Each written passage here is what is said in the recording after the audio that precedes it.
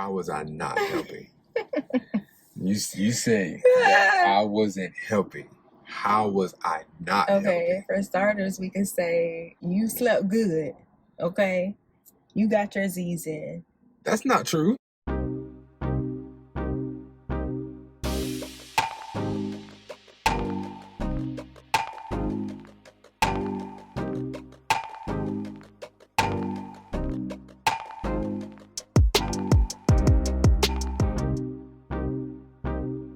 So where did we leave off? Talking about our first year of getting married, which is pregnancy. And then we'll segue into the baby. The year where the baby came, year 2, where Holly Jocelyn Henry was born. And let's just say for maybe the first month or 2, I would have to say it was a struggle. What you say? It wasn't a struggle, it was a challenge. Challenge? It's definitely a challenge. I mean, because I felt like I was doing everything by myself, and you felt like, well, I am helping you, but you really wasn't. All right, so how was it not? If looking back at it, how was I not helping? How was I not helping? You say that I wasn't helping. How was I not helping? Okay, for starters, we can say you slept good. Okay, you got your Z's in. That's not true. There's been times where I got up and you didn't get up. Times, but I was full time every night for at least, I'm gonna say for the first that whole year. Well, come on, get it out. Like 6, 8 months. It felt like a long time. I had to be up late at night with this baby while you sitting there sleeping. I wasn't getting sleep because you wouldn't. Be up listen. Be up for work in the morning. Yeah. That's fine. But guess what? Guess who else got to be up to feed this baby? Okay, so check this out. And be up all through the day. I ain't getting no rest. And you think I did? I didn't get any rest either. We both were restless in our own way. But that doesn't, say that I didn't help. Because when I would have to be the one to get up and get Holly, bring her in the room, just so you could whip it out right there in the bed. And then got to put her back. Or something. He was like, no, just let her stay. What? That was never me. That was you. Oh, I'm just let her lay on my chest. I said, babe, please don't do that. Put her in her bed because she's going to get used to our scent and she's going to want to stay in our bed forever. And now, 9 years later, she come in the bed. And whose side? Okay. All right, cool. This is a fair assessment. Whose side does she sleep on till this day? That's not the point. That is the point. That's not the point. She only gets on my side because I'm not over there. That's an empty spot, okay? We don't Hey, even if there was room over there, Holly is in the middle on your side of the bed. She ain't on my side. Perspective. She smell that milk still to this day. What? So yeah. But no, so that second year of having Holly, man, it was I think we got help, but we didn't get a lot of help. No, we got help. Yeah, I did. I appreciate the help that we had. Yeah, I just said that the thing is, we couldn't. And here's the thing too: when you're pregnant, everybody be like, "Oh, if you need help, babysitting this and that and third." But it's a different story when you have your baby. You don't trust everybody. Absolutely. Just because people are offering to help you, you start to see, okay, you're not qualified to babysit my child. I'm sorry. Yeah. And it be close people who, family who you thought would be, you know what I'm saying? But it's like, never mind on that note. Yeah. I appreciate it, but thank you. So the help that we got was what we needed. Yeah, I can definitely say that. We didn't need to be passing our baby around to everybody. I can definitely say that. What was like the most challenging for you during that first year with Holly being born? Trying to work, because I tried to go back to work and oh my God, like I was so, first of all, I had separation anxiety. Like I felt like I could not be, even though she was in a safe place, we had sent her to Auntie daycare.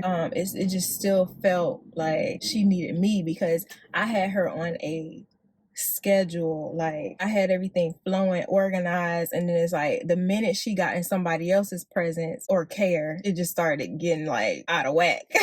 And then it would look like I'm not organized to them. But that right there threw me off, because I was like, I can't.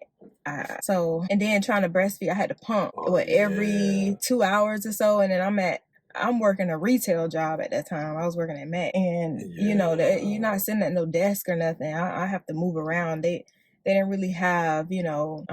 Now let's talk about how when you could not even produce milk in the beginning. Oh, that was frustrating, because I was determined. I was like, I'm not giving her formula. We're gonna do everything. First of all, the whole plan of doing everything natural, having a natural birth, breastfeeding, all of that went out the window. Well, except for the breastfeeding part. I still stuck to that, because I was like, well, if I can't get none of my other requests, we got to make this breastfeeding thing work. So it was very heartbreaking when, number one, I had to go through a C-section, and then I said I didn't want no drugs, still had to get drugs. Then when she come out, I want to breastfeed, none of my milk is coming out. First she not latching on milk. Then when I finally get her to latch on, which took a couple days. Oh man. Milk not even coming out. And then we get home, milk still not coming out. And they're like, well, you're gonna have to, at least until it comes out, you're gonna have to give her this formula. I'm like, she ain't getting no formula. Can we give her water? But then she started screaming, crying, and I was like, okay, I guess I ain't got no choice. But then God sent a witness. Tam was like, ma'am, go on and get, she told you to go get this milk thistle thing. And got a milk thistle. Ooh, I was like, thank you, Lord. I think I took 1 or 2 pills with a bottle of water, and like less than like maybe a couple of hours. Yes, and I was just pumping. Like, that just blessed my life. So anyway, I did the breastfeeding thing for a year and a half. I stopped when she was like 18 months. So then almost 2. Yeah, I would have went longer if I could have, but it was getting a little uncomfortable, and then trying to feeling like I was in bondage to her was definitely. But I wish I would have stored up more milk though, because we know that breast milk is essential. Yeah, I mean, it comes from your body. It's a naturality from you that she needs, and I can say for me. And she never got sick and none of that. Nah. Thanks to breast milk. She barely gets sick even now. Because of that. You know, this is for all the mothers out there who don't want to breastfeed, and put your feelings to the side, because it's best for your child. It makes your child more intelligent too. Holly has always been ahead. Hold on, let's be. Hold on. Thanks to my genes. Hold on, that ain't got nothing to do with your genes. It has everything to do with nutrition. First off, that too. Nutrition also has to do with thought mentality. Because what we did when Holly was in the womb, we played a lot of gospel music, classical music. I talked to her every night. Every day I was talking to Holly while she was in the womb. So then even when she came out, we did the same thing that we did in the womb, we did when she was born. So we constantly played classical music. Darius Nelson, which is a great brother and friend of mine, his album was really, really good at the time, and it was something that she would fall asleep on and be knocked out. We play that, she gone, because that's something that we played when she was in the womb. But the breastfeeding part is so essential to your child that right there, especially when you eat healthy and you drink plenty of water, man, your child would not get sick. I promise you. We didn't take Holly to the doctor, not now time. No, I don't think we ever take her to the doctor.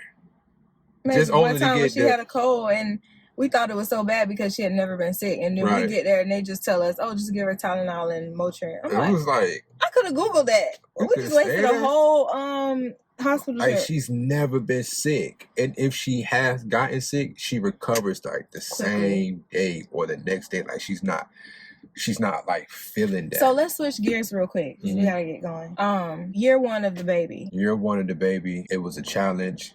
My hormones was all over the place for one. Like I was already going through, I guess they call it the baby blues, which is like a depression that you go through after you have a baby, which is very true. Like I tried to fight that thing so hard, but she did. Listen, it happens. Okay, this is a new experience. Like I've never been a mom before. First of all, I just became a wife, and then suddenly I'm thrown into being a mom and a wife at the same time.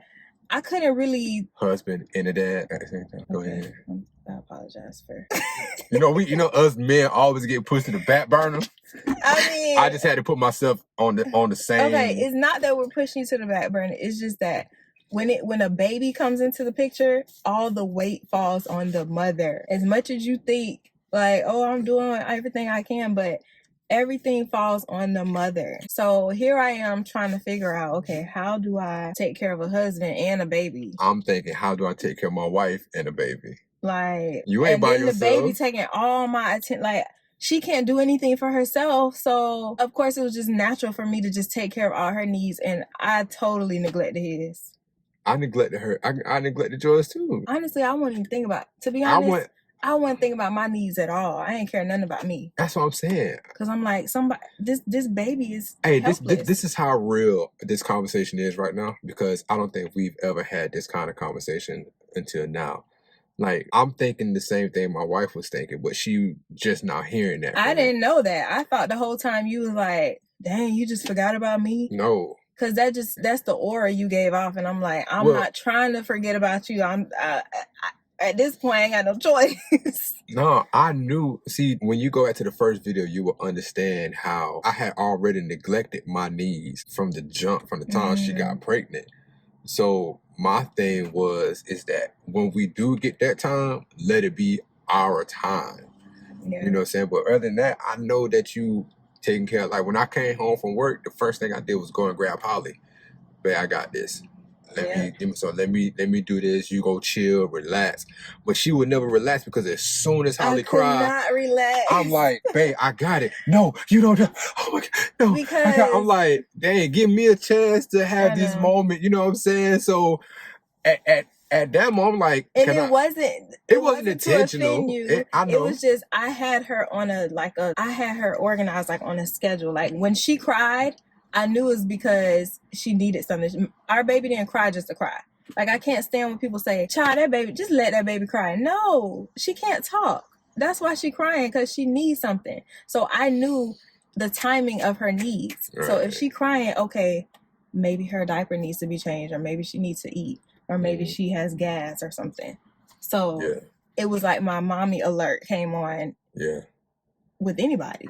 Yeah, all in all, that's second year when Holly was born. It challenged all of us. It challenged us. It really gave us the opportunity to find who we are as parents. And even as husband and wife, how we can partner together. And as you can see, with us being 10 years in, we can honestly say we've learned a lot. To when we do have more children, we know how to function with each other. We know, hey, it's me and you. You know, we got this little handshake we got, and we in this thing, and we will know how to go forward and making sure that we know to breastfeed, we know to make sure we eating healthy, still do our workout things, still make sure we do this. And being the fact that we're both entrepreneurs, I'm a full-time entrepreneur now, it's even that more better to make sure that we both can give our children the necessary time and love that they need all around. Yep. You know, I'm not over here, she's not over here, so. Now, what were you going to say? No, that's all I was going to say.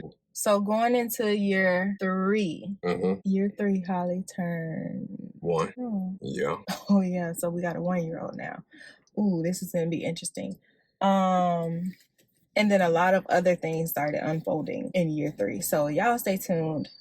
Make sure you check us out in the next video so that you can see what took place in year 3. Yeah. And because every year brought on new challenges, but every year taught us a new lesson. Absolutely. So, and for my advice, before we go, is don't take it personal, husbands or wives. when you have that second year and you having a baby. Peace. Hey, thank you so much for watching today's episode. Make sure you stay connected to us on all of our social platforms at Marriage Mondays on Facebook, Instagram, and right here on YouTube. Head over to unchainedexpressions.com to get up on your latest merch. And how about this? I want you to use the code UX2021 and get 15% off. And for my ladies who like to look extra gorgeous and don't want to break the bank, head over to DareGlamBeauty.com to shop some amazing beauty products to add to your collection today. Now subscribe at Marriage Mondays for the up and coming conversations. Yes, don't miss another episode. We'll catch you in the next one. Peace. You know what I'm saying? What did you do with those connections, by the way? You know what? Mind frame that I had now, I literally would have been trying to maximize on all their influence at the time. Because obviously for you to be traveling from another country to be here on business, or from another state to be here on business, right, you are a person of influence for you to even be a representative